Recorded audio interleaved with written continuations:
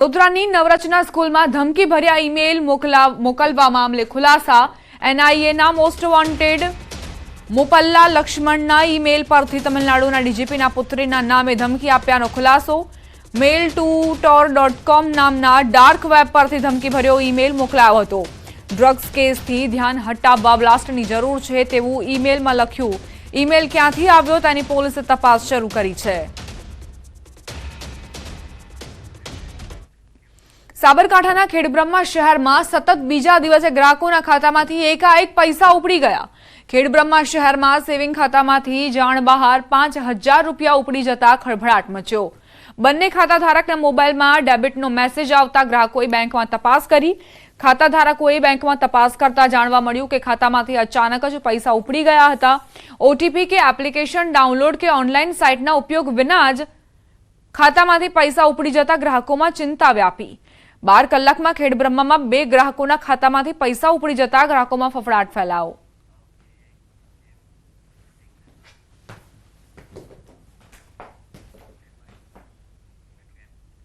હવે આગળ વાત આસ્થાની એકાદશીની।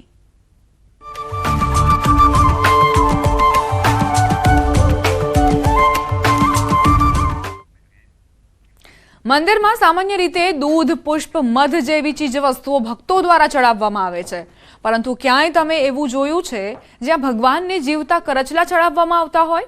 જી હા, સુરતના ઉમરા વિસ્તારમાં આવેલા રામનાથ ઘેલા મંદિરમાં દર વર્ષે પોષી એકાદશીએ ભક્તો માન્યતા પ્રમાણે ભગવાનના શિવલિંગ પર જીવિત કરચલા ચડાવે છે, જેની પાછળનું કારણ કાનનો થતો રોગ છે। ત્યારે ચાલુ વર્ષે પણ પોષી પોતાની માનતા પૂરી થતા પોષી એકાદશીએ ભક્તોએ વર્ષો જૂના રામનાથ ઘેલા મંદિરમાં પહોંચી ભગવાન શિવને જીવતા કરચલા ચડાવ્યા।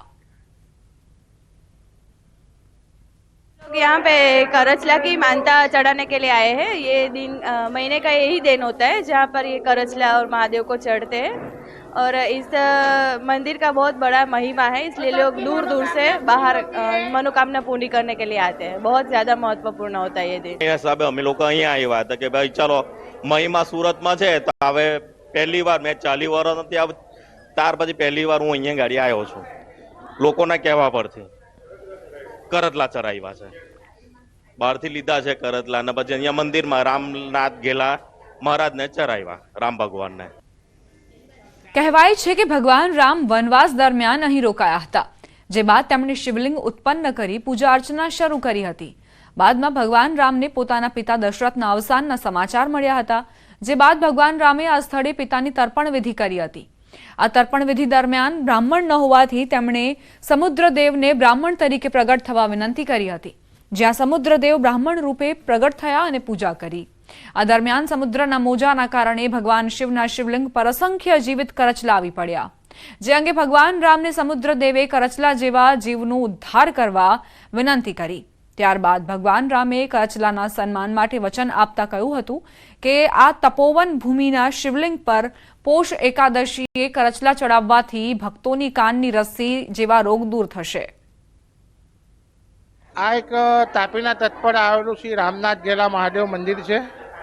આજે જે મહત્વ છે, આજે જે કરચલા ચડાવવાનો, જે કાનની અંદર રસી થતા હોય એની માનતા લેવામાં આવે છે, ને ફક્ત વર્ષમાં એક જ દિવસ જે માનતા ઉતારવામાં આવે છે, આ ફક્ત પોષવદ એકાદશીને દિવસે। સુરતના ઉમરામાં સ્મશાન ઘાટ પર દારૂની રેલમછેલ જોવા મળી। રામનાથ ઘેલા સ્મશાનમાં આજના દિવસે મૃતાત્માઓની શાંતિ માટે તર્પણ વિધિ યોજાઈ છે। પોષવદ 11ના દિવસે અહીં આખા વર્ષ દરમિયાન મૃત્યુ પામેલા મૃતકોના આત્માની શાંતિ માટે વિધિ કરાઈ છે। આ વિધિમાં મૃતકોને ભાવતી વસ્તુ ચડાવવાની માન્યતા છે। કાંઠા વિસ્તારના લોકોની અંતિમ વિધિ આ સ્મશાન ઘાટ પર કરવામાં આવતી હોય છે, ત્યારે લોકોએ મૃતાત્માની શાંતિ માટે પૂજન અર્ચન સાથે ભાવતું ફરસાણ, સિગરેટ અને દારૂ જેવી વસ્તુઓ અર્પણ કરી હતી।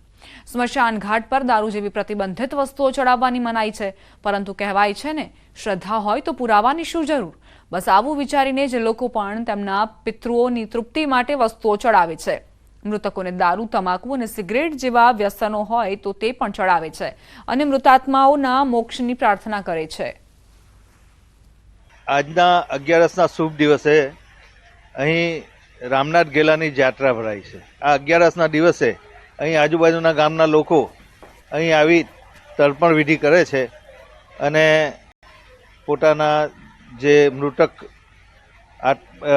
સગા સંબંધીઓને શાંતિ મળે એના માટે પ્રાર્થના કરે છે.